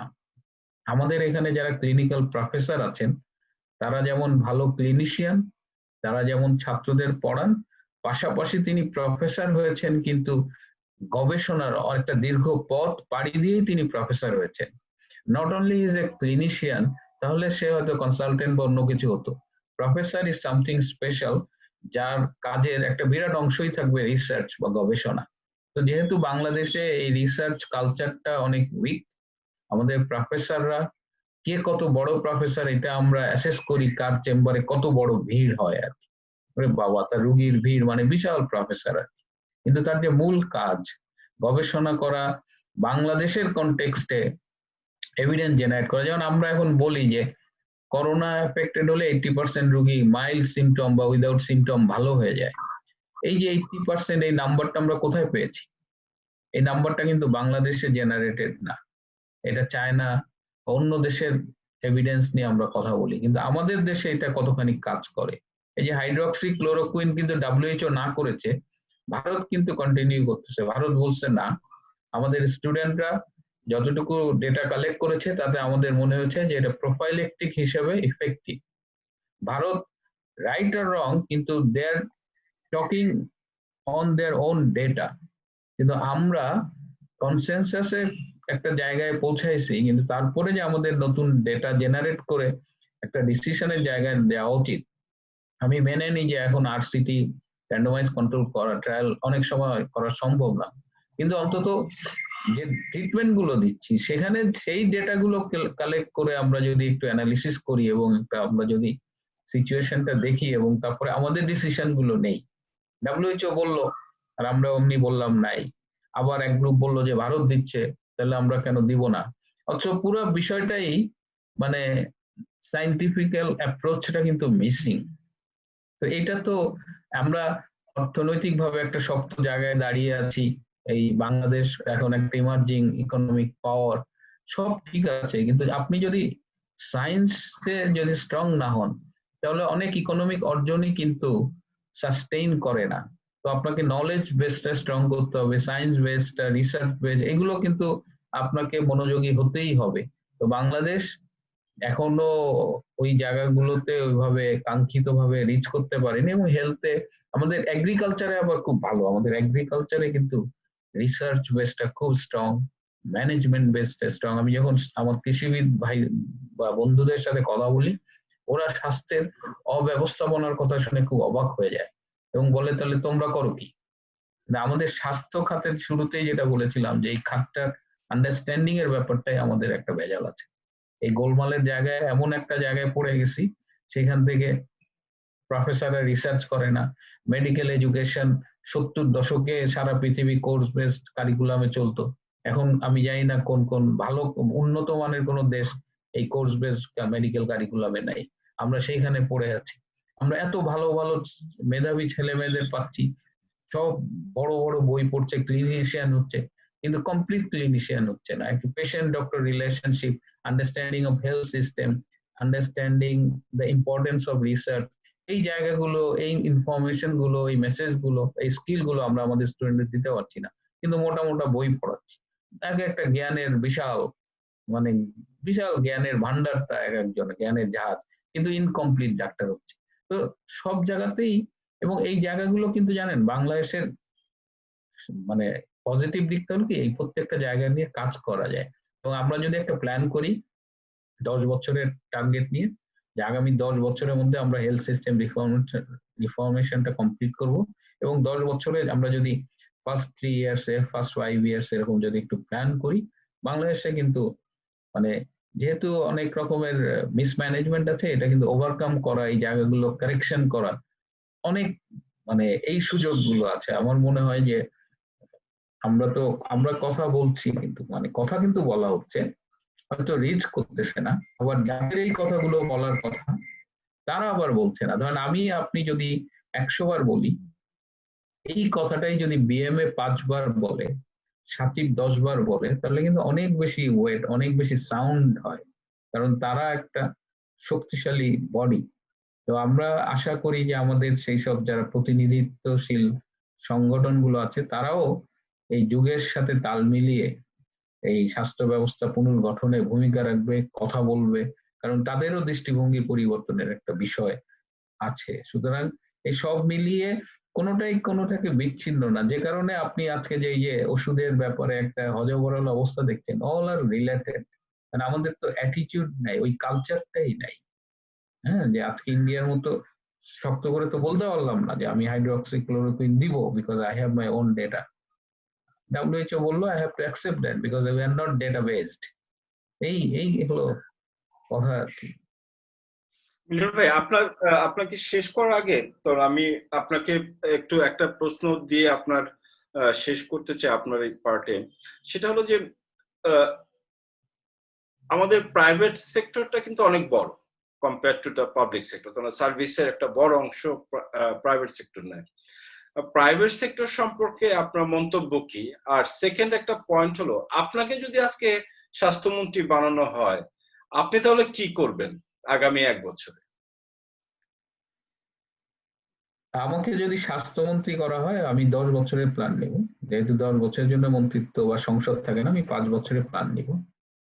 আমি সরকারি খাত, বেসরকারি খাত, দুটা খাত নিয়ে আমরা কথা বলি। আমরা যেহেতু কাজ করছি এখন FDSR এর পক্ষ থেকে, আমরা দুটা সেক্টর নিয়েই কথা বলি। সরকারি খাতে আমি অনুরোধ করব মাননীয় প্রধানমন্ত্রীকে যে BCS থেকে এই হেলথ ক্যাডারটাকে আলাদা করে এটা হয় বিচারকদের মতো আলাদা ক্যাডার, অথবা ইংল্যান্ডের মতো NHS ন্যাশনাল হেলথ সার্ভিস নামে একটা একদম স্বতন্ত্র একটা ক্যাডার করতে হবে। এবং সেই ক্যাডারের এন্ট্রি পয়েন্টে দুটো ভাগ থাকবে, health clinician, clinical health administration. সেই অ্যাডমিনিস্ট্রেশনে আপনি পাবলিক হেলথ এবং অন্য আদার দেন ক্লিনিক্যাল কম্পোনেন্ট সব আপনি ওই স্ট্রিমে নিয়ে আসবেন। সো ডাক্তাররা শুরুতেই দুটো স্ট্রিমে যাবে, এবং যিনি ব্যবস্থাপক হবেন, যিনি উপজেলায় স্বাস্থ্য পরিবার কল্যাণ কর্মকর্তা হবেন বা সিভিল সার্জন হবেন, তিনি এই অ্যাডমিনিস্ট্রেটিভ স্ট্রিম থেকে যাবেন, এবং তাকে আমরা ওভাবেই ট্রেন আপ করব। He will be trained up. So এই জায়গাটায় আমি যদি আমার সঠিক জায়গায় সঠিক লোকটা বসাতে পারি, ন্যাচারালি আমার জিনিসগুলো অনেক ইমপ্রুভ করবে। আর প্রথমতই আমি গুড গভর্নেন্সটা এনশিওর করব, যেটাকে ক্লিনিক্যাল গভর্নেন্স বলেন বা যাই বলেন, সুশাসনটা আমি নিশ্চিত করব। আমি আর কিছু পারি না পারি, আমি দুর্নীতির সাথে আপোষ করার জায়গাগুলোতে ম্যাসিভ কাটশট করব আর কি। মালয়েশিয়ায় জানেন যত কেনাকাটা আছে হেলথের, তাদের কেনাকাটার একটা আলাদা ডিপার্টমেন্ট আছে। তারা প্রত্যেকটা কিনতে গেলে টেন্ডার করে লোয়েস্ট হতে হবে। আবার দেখা যাচ্ছে যে সে জাপানের যন্ত্র বলে একটা পুরনো সেকেন্ড হ্যান্ড যন্ত্র দিয়ে দিচ্ছে। এইসব ক্রাইসিস হবে না, কেনাকাটার জন্য আলাদা এবং একটা ট্রান্সপারেন্ট জায়গা হবে, এবং দুর্নীতিটাকে গ্রহণযোগ্য মাত্রায় নিয়ে আসতে হবে, এবং প্রাইভেট সেক্টরটাকেও আরো বেশি প্যাট্রোনাইজ করতে হবে, প্রাইভেট সেক্টরটাকেও আরো বেশি অ্যাকাউন্টেবল করতে হবে। প্রাইভেট সেক্টরের হেলথ ম্যানেজমেন্ট বা তারা যেভাবে করছে তার নিয়েও কিন্তু অনেক অভিযোগ আছে। প্রাইভেট সেক্টর কিন্তু অনেক মানে তাদের ব্যবসার জন্য তারা অনেক আনএথিক্যাল প্র্যাকটিস অ্যাডপ্ট করে ফেলেছে। এই জায়গাগুলোতে হাত দিতে হবে। আজকে দেখেন ডায়াগনস্টিক সেন্টারে আপনাকে একটা কমিশনের একটা সিস্টেম তারা করে রাখছে। আমি খুব অহংকারের সাথে বলি যে অধিকাংশ ডাক্তারই এই ডায়াগনস্টিক সেন্টারের কমিশনের সাথে ইনভলভ না, কিন্তু সিস্টেমটা আছে। অনেক এই আজকে আমাকে একজন বলছিল, একজন ডায়াগনস্টিক সেন্টারের মালিক, যে অনেকেই আছে যে মাসের 1 তারিখের মধ্যে কমিশনের টাকা না গেলে তিনি টেস্ট পাঠান না। তো এই যে ম্যাল প্র্যাকটিস গুলা, অনেক প্রাইভেট ক্লিনিকস গুলা তারা কিন্তু তাদের যে ক্রাইটেরিয়া ফুলফিল করার কথা সেগুলো করে না। আবার তারাও অ্যাকাউন্টেবল না, আবার সরকারও তাদের সব সময় সঠিক পৃষ্ঠপোষকতা দেয় না। বিশেষ করে এইবারের এই যে প্যান্ডেমিক ক্রাইসিসে, করোনার ক্রাইসিসে আমরা কিন্তু ডেঙ্গুতে দেখেছি প্রাইভেট হসপিটাল ক্লিনিক গুলো অনেক বেশি ভূমিকা রেখেছিল, কিন্তু এবার আমরা তাদের সেই ভূমিকাগুলো রাখতে দেইনি। আমরা প্রাইভেট টেস্টিং এর পারমিশন দিয়েছি মাত্র কয়েকদিন আগে, এটা মার্চ এপ্রিল তাদের আমরা মাঠে নামতে দেইনি। তাদের যে পারমিশন দেওয়া, তাদের সাথে বসে কি করে কোভিড পেশেন্ট ম্যানেজমেন্টে তারা ভূমিকা রাখতে পারে, তো এখানে সরকারের একটা দায়িত্ব আছে, পলিসি লেভেলে গাইড করার দায়িত্ব, আর প্রাইভেট সেক্টরটাকেও অ্যাকাউন্টেবল হতে হবে। ওইখানেও গভর্নেন্সের ঝামেলা আছে, কিন্তু বাংলাদেশে সরকারের পক্ষে এই পুরা হেলথ লোডটা নেওয়া সম্ভব না।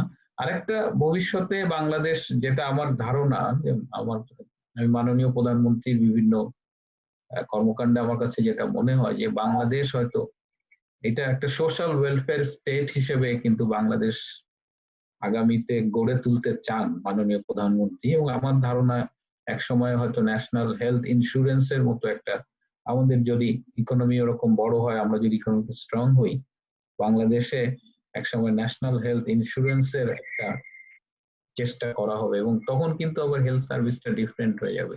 কারণ এই যে আউট অফ পকেট এক্সপেন্ডিচার, অনেকে সাধ্যের বাইরে, অনেকে টাকার অভাবে চিকিৎসা করতে পারে না, এই জায়গাগুলো তখন অনেক ইজি হয়ে যাবে। তো বাংলাদেশ যদি একটা সোশ্যাল ওয়েলফেয়ার স্টেট হয়, এবং এর সাথে যদি আমরা স্বাস্থ্যটাকে হেলথ সিস্টেম অ্যাপ্রোচের 6টা কম্পোনেন্ট অনুযায়ী যদি আপনি আগান, তাহলে দেখবেন যে আপনি অনেক প্রবলেম সলভ করেছেন, এবং যার যা কাজ সেজন্য তাকে তৈরি করতে হবে। আমি একজন মেডিসিন স্পেশালিস্ট হিসেবে অনেক কষ্ট করলাম, অনেক কিছু জানি, কিন্তু আমাকে একটা অ্যাডমিনিস্ট্রেশনে বসিয়ে দিলে আমি পারবো কিনা সেটা আমার ইন্ডিভিজুয়ালের উপরে ডিপেন্ড করবে। কিন্তু আমি যদি একটা সেটকে ম্যানেজার হিসেবে তৈরি করি, যারা ক্লিনিক্যাল পাথওয়েতে যাবে না, ম্যানেজারিয়াল পাথওয়েতে যাবে, হেলথ ম্যানেজমেন্টে আপনি জানেন যে আমাদের এখানে যারা হেলথ ম্যানেজমেন্ট করে অনেকে এমবিএ করা, তো তাকে এমবিএ করতে হবে, তাকে এমপিএইচ করতে হবে, এমপিএইচ তাকে হসপিটাল অ্যাডমিনিস্ট্রেশন করতে হবে। রফিক যেটা বললেন যে এখানে ফেলোশিপও করা যায়।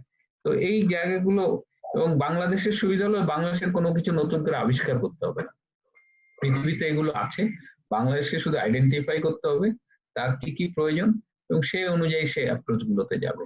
এবং সেক্ষেত্রে বাংলাদেশের জন্য অনেক কিছু ইজি, কারণ আমাদের অন্যান্য দেশের অনেকে অনেক কিছু করেছে, ওই জিনিসগুলোকে বাংলাদেশের কনটেক্সটে ফিট করতে হবে। আমাদের এই মাহাথির মোহাম্মদ একটা কথা সবসময় বলেন আর কি, বলতেন, মালয়েশিয়ার যে প্রাক্তন প্রধানমন্ত্রী, যে আমাদের কালচার, আমাদের মানুষজন, আমাদের প্রেক্ষাপট সবকিছু is different from western world. So western ওয়ার্ল্ডের নলেজ স্কিল যাই আপনি নিয়ে আসেন, ওইটাকে আবার বাংলাদেশীকরণ করতে হবে এবং বাংলাদেশের কনটেক্সটে ওইটাকে ফিট করে যদি উই ক্যান প্রসিড, আমার মনে হয় যে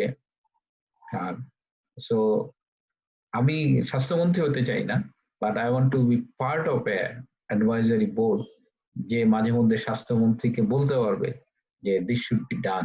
এবং এরকম বাংলাদেশে ধরেন এরকম 7 জন 10 জন মানুষ আছে, দে ক্যান কন্ট্রিবিউট টুয়ার্ডস মানে সাস্টেইনেবল রিফর্ম হেলথ সিস্টেম আর কি। এই হলো আমার কথা। Thank আমি you. একটু, আমার আরেকটা মিটিং শুরু হয়ে গেছে আর কি। হ্যাঁ, জি, থ্যাংক ইউ মিলন ভাই। আমি একটু মিজান ভাইয়ের কাছে আসতে চাই। মিজান ভাই, তবে এই গিভেন এই সিচুয়েশনে আপনার এক্সপিরিয়েন্স আইসিডিডিআরবিতে কাজ করা, অস্ট্রেলিয়ার হেলথ সিস্টেম এপিডেমিতে আপনি কাজ করতেছেন, আপনাকে যদি এখন একটা হেলথ ম্যানেজার বানিয়ে দেওয়া হয় এই কোভিড ম্যানেজমেন্টের জন্য, আপনি কি করবেন? ধন্যবাদ শামীম ভাই। প্রথমে আমি একটা ছোট্ট একটা কথা বলে আমি আপনার প্রশ্নের উত্তরে যাব। সেটা হচ্ছে যে আমরা এখানে যারা আছি আমরা সবাই দেশের বাইরে আছি, এবং প্রথমে আমি যারা দেশে আছেন, যারা এই পরিস্থিতির সম্মুখীন, যার মধ্য দিয়ে যাচ্ছেন, সবাইকে আমি আমাদের আন্তরিক শুভেচ্ছা জানাই এবং সাধুবাদ জানাই এই চ্যালেঞ্জটাকে ফেস করার জন্য। আমি এখানকার অভিজ্ঞতা থেকে যদি বলি, আমি যেটা দেখেছি এখানকার হেলথ প্রোগ্রামের সাথে আমার যতটুকু ইনভলভমেন্ট আছে এবং সেটা দেখে আমি যতটুকু শিখেছি, সেটা হচ্ছে যে ওরা একটা জিনিসকে খুব গুরুত্ব সহকারে নিচ্ছেন এই কোভিড এর ক্ষেত্রে আর কি। সেটা হচ্ছে যে কেস ডিটেকশন।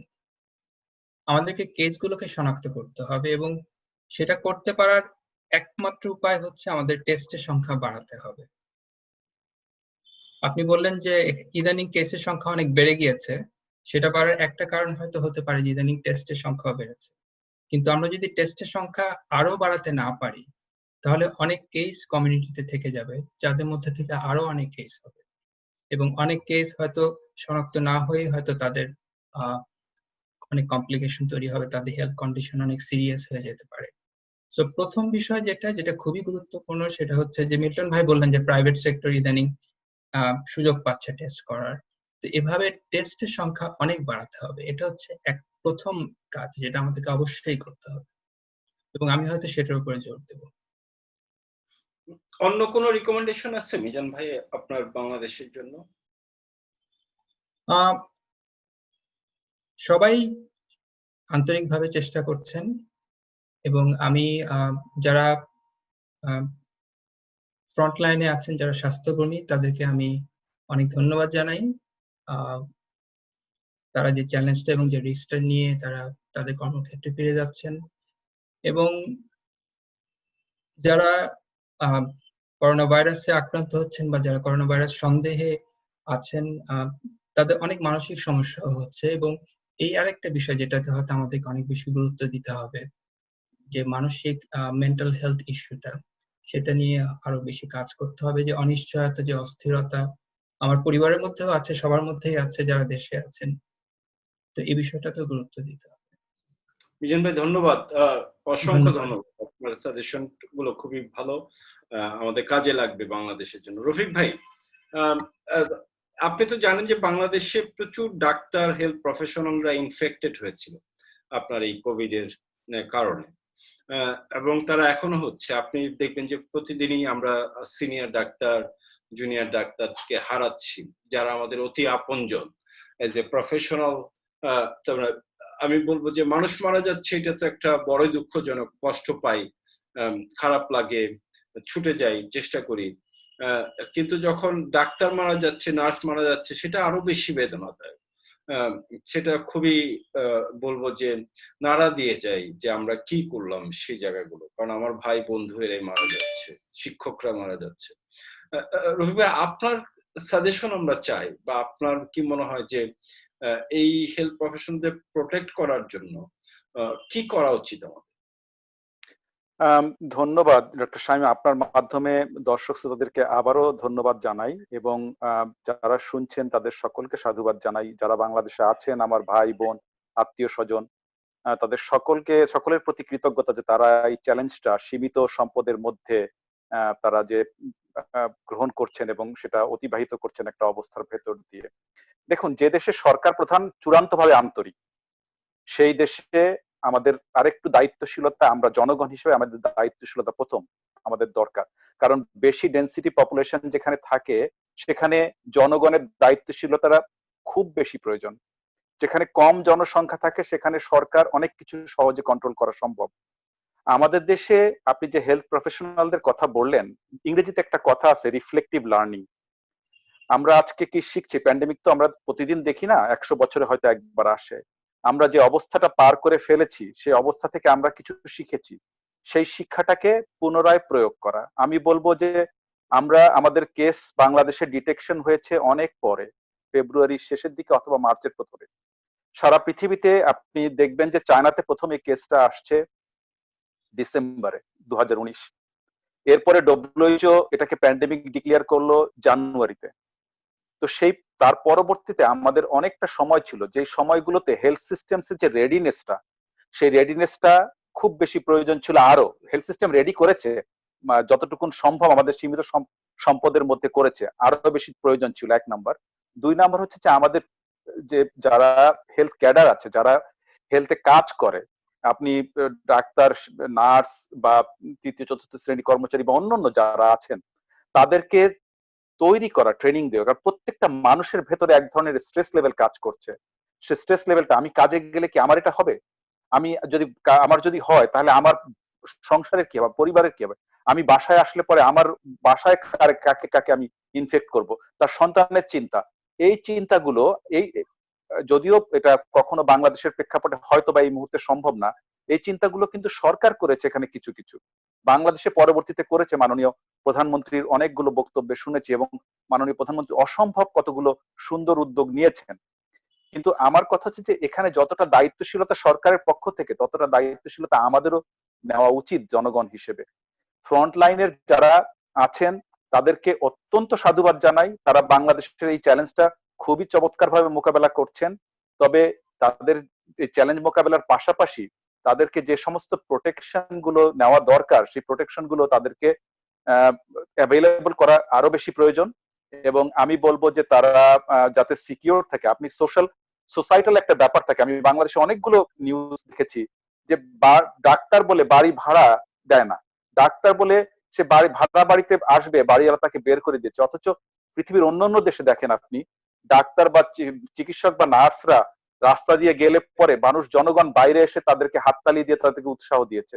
সুতরাং এই জিনিসগুলো কিন্তু শেখার ব্যাপার। এই জিনিসগুলো যতদিন পর্যন্ত আমরা ডাক্তারদেরকে বা হেলথ স্বাস্থ্য ব্যবস্থাপনায় যারা কাজ করছেন তাদেরকে যতক্ষণ পর্যন্ত ওইভাবে একসেপ্ট করে না নিতে পারবো, ততক্ষণ পর্যন্ত কিন্তু কোনো পক্ষই কিন্তু উপকৃত হবে না। সেই জন্য আমি বলছি যে আমরা আসুন, আমরা সকলে সকলকে ভালোবাসি, আমরা মানুষকে আরো একটু শ্রদ্ধার চোখে দেখি। আমরা প্রত্যেকটা প্রফেশনের মানুষকে, আমি একজন রিক্সাওয়ালা ছাড়া যেমন চলতে পারবো না, আমি একজন সুইপার ছাড়া যেমন চলতে পারবো না, তেমনি আমি ডাক্তার হিসেবে আমাকে ছাড়া সমাজের অনেকেই চলতে পারবেন না। সুতরাং পরস্পরের প্রতি আরো বেশি শ্রদ্ধাশীল হই, আরো বেশি আন্তরিক হই, কারণ আপনারাই আমার ভাই, আপনারাই আমার বোন, আপনারাই আমার বাবা মা, আপনারাই আমার আত্মীয়। ধন্যবাদ। ধন্যবাদ রফিক ভাই। আমরা অনুষ্ঠান একেবারে শেষে চলে আসছি। আমি এনাম ভাইকে তার প্রশ্ন করার মধ্যে দিয়ে আমরা আমাদের আজকের অনুষ্ঠান শেষ করব। এনাম ভাই, প্রত্যেকটা জায়গায় প্যান্ডেমিক বলেন, আমাদের স্বাস্থ্য ব্যবস্থা বলেন, সেখানে অর্থনীতি বা ইকোনমি একটা বড় বিষয়। আজকে 1 জুন যে খুলে দেওয়া হচ্ছে, তখন আমাদের জীবন এবং জীবিকা এই দুইটার পরিপ্রেক্ষিত থেকেই কিন্তু বেঁচে থাকতে গেলে জীবিকার প্রয়োজন আছে। তো আমি একটু আপনাকে জিজ্ঞেস করব যে এই ইকোনমিক্যাল পার্সপেক্টিভ থেকে আপনি স্বাস্থ্য ব্যবস্থাপনার জন্য ইকোনমিক্যাল দিক থেকে কি কি গবেষণা বা কি কি কাজ করা উচিত? আমি গবেষণাটা প্রথমে বলবো, কারণ আমাদের তো একটা অ্যাসেসমেন্ট, ক্যালকুলেশন এগুলি দরকার। তো আপনার পক্ষ থেকে যদি একটু আমরা আলোচনাটা শুনি যে তারপরে কি কি গবেষণা ইকোনমিতে, হেলথ ইকোনমিক্স এর জায়গা থেকে করা উচিত, সেগুলো যদি সরকার এগিয়ে নেন, তাহলে আমরা মনে করবো যে আমাদের এই অনুষ্ঠানটি সার্থক হয়েছে। এনাম ভাই, আপনার কাছে। ধন্যবাদ শামীম ভাই। সরকারের ইকোনমিক স্বাস্থ্য এবং অর্থনীতি দুইটা বিষয় পরস্পর জড়িত। আপনি একজন অনেক বড় ডাক্তার, তিনি যদি রোগীর অর্থনৈতিক অবস্থা না বুঝেন, তিনি সঠিক ট্রিটমেন্ট করতে পারবেন না। কারণ আপনি বুঝতে হবে যে রোগীর আসলে কতটুকু সচ্ছলতা আছে আপনার ট্রিটমেন্ট নেওয়ার মতো। ঠিক তেমনি একজন অর্থনীতিবিদ, স্বাস্থ্য অর্থনীতির ক্ষেত্রে আপনাকে জানতে হবে স্বাস্থ্যটা কিরকম। সুতরাং এই দুটো সমন্বিত প্রয়াসে পারে একটি যে কোনো ধরনের স্বাস্থ্য খাতকে এগিয়ে নেওয়া যায়। এখন গবেষণার ক্ষেত্রে যেহেতু কোভিড নিয়ে আমরা কথা বলছি, কোভিডের ক্ষেত্রে একটা বিষয় আমাদের প্রথমেই দেখতে হবে, আসলে কোভিডের কারণে আমরা তো already out of pocket expenditure নিয়ে কথা বলছি। এখন এই আউট অফ পকেট এক্সপেন্ডিচারের কারণে এই যে স্বাস্থ্য খাতে এই কোভিডের কারণে জনগণের যে খরচ হয়ে গেল, জনগণের যে বিশাল ইকোনমিক ধাক্কা খেলো, তাদের আয় কমে গেল, অনেক লোক কর্মহীন হয়ে পড়লো। বিশেষ করে বাংলাদেশে যারা শহরে স্লামে থাকে, তারা তো খুবই একটা খারাপ অবস্থার মধ্যে দিয়ে গেল অনেকটা সময় লকডাউনের কারণে, কারণ তারা দিন আনে দিন খায়। এই লোকগুলো তো একটা কোপিং করেছে, এক ধরনের কোপিং মেকানিজম মাধ্যমে তারা গিয়েছে। সুতরাং আমাদের জানতে হবে যে কি ধরনের কোপিং মেকানিজম তারা নিয়েছে এই সময়টায়, এবং ভবিষ্যতে আগামী 1 মাসে অথবা 3 মাসে যদি লকডাউন থাকে, যেটা ধরেন মিজান ভাই বললেন, ডক্টর রাজীব একটা গবেষণা করেছে 50 দিন লকডাউন, 30 দিন খুলে দেন। যদি এই ধরনের মডেল সরকার নিয়ে নেয়, তাহলে লোকগুলো কিভাবে কোপ করবে এই সময়টা অর্থনৈতিকভাবে, সেটা আমাদের জানতে হবে। আমাদের জানতে হবে, জানা দরকার যে এই ধরনের কোভিড এর কারণে যে অর্থনৈতিক ইকোনমিক কনসিকুয়েন্সেস যেটা, সেটা কি হচ্ছে লং রানে। হয়তোবা যে লোকটা এখন গরিব, দারিদ্র সীমার নিচে বাস করে না, হয়তো আগামী 1 বছরের মধ্যে সে দারিদ্র সীমার নিচে চলে যাবে। এবং এই লোকগুলোকে সেই সময় সরকার প্রয়োজনীয় সাহায্য সহযোগিতা করে সে দারিদ্রের চক্র থেকে বের করে নিয়ে আসে। তার জন্য সরকার কি ধরনের পদক্ষেপ নিতে পারে, যেমন ধরেন হতে পারে কিছু আপনার কন্ডিশনাল ক্যাশ ট্রান্সফার, সেটা কতটুকু গ্রহণযোগ্য হতে পারে। সরকার হতে পারে যেমন ফুড ফর প্রোগ্রাম, যেহেতু আনএমপ্লয়েড বেড়ে যাবে, লোকজনকে কাজের বিভিন্ন খাদ্য অথবা অন্য কোনো ভাবে তাদেরকে অর্থনৈতিক সাহায্য দেওয়া, এই বিষয়গুলো গবেষণা প্রয়োজন আছে। একই সাথে আমাদের আরো কিছু বিষয় অর্থনৈতিক দিক থেকে দেখা দরকার। আমরা একটা বড় বিশ্ব অর্থনীতিবিদে বলি ইকুইটি সমতা। বাংলাদেশে উইমেনরা, চিলড্রেনরা, এজ পিপলরা খুবই ভালনারেবল, পুয়ারদের মতোই। অনেক বড় অনেক সচ্ছল পরিবারের মহিলারা অনেক ভালনারেবল, অনেক অসচ্ছল পরিবারের পুরুষের চেয়ে। সুতরাং আমাদেরকে সেই দিকগুলো দেখতে হবে। এসব মহিলাদের জন্য একটা তো গুডনেস হতে পারে যে কোভিড এর কারণে হয়তোবা আপনার সিজারিয়ান কমে যাবে, ধরা যাক ম্যাটারনাল হেলথ ক্ষেত্রে মানুষ হয়তো পয়সা কোনো যাবে না ঘরে হোম ডেলিভারি। কিন্তু আবার একই সাথে এটাও দেখতে হবে এই হোম ডেলিভারিটার জন্য আপনার দায়কে দিয়ে বা ট্রেডিশনাল বার্থ প্রোভাইডারকে দিয়ে না হয়, সেই বিষয়গুলো খেয়াল রাখতে হবে। অর্থনৈতিকভাবে এই বিষয়গুলো কতটুকু ফ্যামিলির তো ভালনারেবিলিটি ক্রিয়েট করবে, এই দিকগুলো আমাদের দেখা দরকার। আমাদের আরো কিছু আমাদের একটা জিনিস মনে হচ্ছে যে আমাদের দেশে তো ডিসেবল মানুষের একটা বিশাল সংখ্যা, ডিসেবল মানুষ আছে, তাদের উপরে তো একটা ইকোনমিক্যাল একটা ইম্প্যাক্ট আছে। সেই জায়গাটাও বোধহয় সরকারের দেখা উচিত। আপনি কি বলেন? হ্যাঁ, আসলে ডিসেবল যে লোকগুলো বাংলাদেশে তো ধরেন যারা ফুললি এবল, তাদের কি সবসময় পুরোপুরি ইকোনমিক্যালি সাহায্য করতে পারে না। বাংলাদেশের সমস্ত ফিজিক্যালি এবল লোকরা কিন্তু আপনার দায়িত্বতার বাইরে নেই। সুতরাং ডিসেবল লোকদের অবস্থা আরো ভয়ঙ্কর, তাদের অবস্থা। এবং সরকার এই ধরনের ডিসেবল লোকগুলো আসলে আমাদের সমাজে, বাংলাদেশের সমাজ যেগুলো পরিবারের উপর ভর করে থাকে, তার নিজস্ব কিছু করার থাকে না। সরকার যদি এই ধরনের লোকগুলোকে নিজস্ব কোনো কার্যক্রম করার চেষ্টা করতে পারে, ধরো যে কোভিড সময় কারণে এদের অবস্থা আরো ভয়ঙ্কর হয়ে যাবে। কারণ যখন ফ্যামিলিতে অর্থনৈতিকভাবে দুর্দশা আসবে, তখন স্বভাবতই ফ্যামিলি তাদের উপর যে অর্থনৈতিক যেই ধরেন কোটাটা ছিল, বরাদ্দ ছিল প্রতি ফ্যামিলি থেকে, হাউস হোল্ড থেকে, সেটা কমে যাবে। এবং সরকারি ক্ষেত্রে যেটা করতে পারে, আমি দেখেছি ইন্দোনেশিয়াতে, মালয়েশিয়াতে আমি দেখেছি যে এই ধরনের এই লোকদেরকে নিয়ে বিভিন্ন রকম প্রোগ্রাম চালু করেছে বিভিন্ন এনজিও গুলা, সরকার তাদেরকে সাহায্য সুবিধা দিয়েছে। এটা সরকার করতে পারে এবং আমরা দেখতে পারি যে এই ধরনের কর্মকাণ্ডে, কারণ একজন ডিসেবল লোকের অনেকজন ডিসেবিলিটি আছে। ধরা যাক একজন হাঁটতে পারে না, কিন্তু তার হাত দুটোতে বসেনি, তাকে আপনি কম্পিউটার শিখাই দেন, সে আমার আপনার মতো ইনকাম করতে পারবে, সে তো অনেক বড় কম্পিউটার সফটওয়্যার ইঞ্জিনিয়ার হতে পারবে। একজন ডিসেবল লোক যার তো হাত নেই, সে তো পা দিয়ে অনেক কিছু করতে পারে যেটা আমরা চিন্তা করতে পারি না। সুতরাং এই ডিসেবল লোকগুলোকে তাদের ডিসেবিলিটি অনুযায়ী ভাগ করে তাদের সঠিক কর্মপন্থা যদি বের করা যায়, তাহলে আমরা সেটা সরকারের জন্য একটা ভালো নির্দেশনা হতে পারে। আহ, আহ, ধন্যবাদ এনাম ভাই। আজকে আমাদের অনুষ্ঠান এখনই আমরা শেষ করব। এমিনেন্সের পক্ষ থেকে আমরা এই ইনিশিয়েটিভটা নিয়েছি, এটা আমাদের সেকেন্ড অনুষ্ঠান। প্রথম আমরা অনুষ্ঠানটি করেছিলাম ইউএসএ তে যারা ইয়াং বাংলাদেশি কমিউনিটি আছে তাদের নিয়ে। আজকে আপনাদের সাথে অস্ট্রেলিয়ার আমাদের বন্ধু বড় ভাই যারা আছেন তাদের সাথে কথা বললাম, এবং আপনাদের এই সাজেশন গুলো খুবই ইফেক্টিভ, এবং আমরা চেষ্টা করবো এগুলি কম্পাইল করে সঠিকভাবে সঠিক জায়গায় পৌঁছে দেওয়ার। আগামীকালকে আমরা এমিনেন্সের পক্ষ থেকে এই ওভারসিজে আমরা কানাডার আমাদের যারা বড় ভাইরা রয়েছেন তাদের সাথে কথা বলবো বাংলাদেশি সময় রাত 9টা থেকে, এবং আবার আমরা অস্ট্রেলিয়ায় আবার ফিরে আসব আরো কয়েকটা দেশ আমরা শেষ করে। আপনাদের সাথে এই অনুষ্ঠানের মাধ্যমে যে আবার সম্পর্কটা আমরা রিবিল্ড করলাম, আমরা সবাই মিলে বাংলাদেশের জন্য কিছু করতে চাই। আমরা এমিনেন্সের পক্ষ থেকে একটা হেল্প বাংলাদেশ ফর কোভিড-19 বলে একটা গ্রুপ শুরু করেছি। আমরা ডাক্তারদেরকে ডায়াবেটিক্স, হাইপারটেনশন যে সমস্ত রোগীরা, গরিব রোগীরা আছে তাদেরকে ঔষধ পৌঁছে দেয়া, কারণ তারা ওষুধের এক্সেস পাচ্ছে না। স্লামের যে সমস্ত ডায়াবেটিক্স, হাইপারটেনশন রোগীরা আছে তাদের আমরা মানে আমাদের যারা স্বাস্থ্যকর্মী আছে তাদের পিপি বা অন্যান্য রক্ষা সামগ্রী আমরা কিনে দেওয়ার একটা ইনিশিয়েটিভ নিয়েছি। আর স্লাম পিপুলদের যারা গরিব করোনায় আক্রান্ত হচ্ছে তাদের ভিতরে খাবার পৌঁছে দেওয়ার এই 3টি ইনিশিয়েটিভ নিয়ে আমরা কাজ করেছি। আমরা আপনাদের কাছে সহযোগিতা চাইবো এই কাজটি যেন আমরা এগিয়ে নিতে পারি। তাছাড়াও পলিসি লেভেলে এবং সামনে আরো একসাথে কাজ করার আগ্রহ প্রকাশ করে আজকে অনুষ্ঠান শেষ করছি। রফিক ভাই, মিজান ভাই, আমরা এবং এনাম ভাই আমাদের হৃদয়ের অন্তঃস্থল থেকে আপনাদেরকে অসংখ্য ধন্যবাদ জানাচ্ছি। সবাইকে ধন্যবাদ। আপনাকেও ধন্যবাদ। ধন্যবাদ।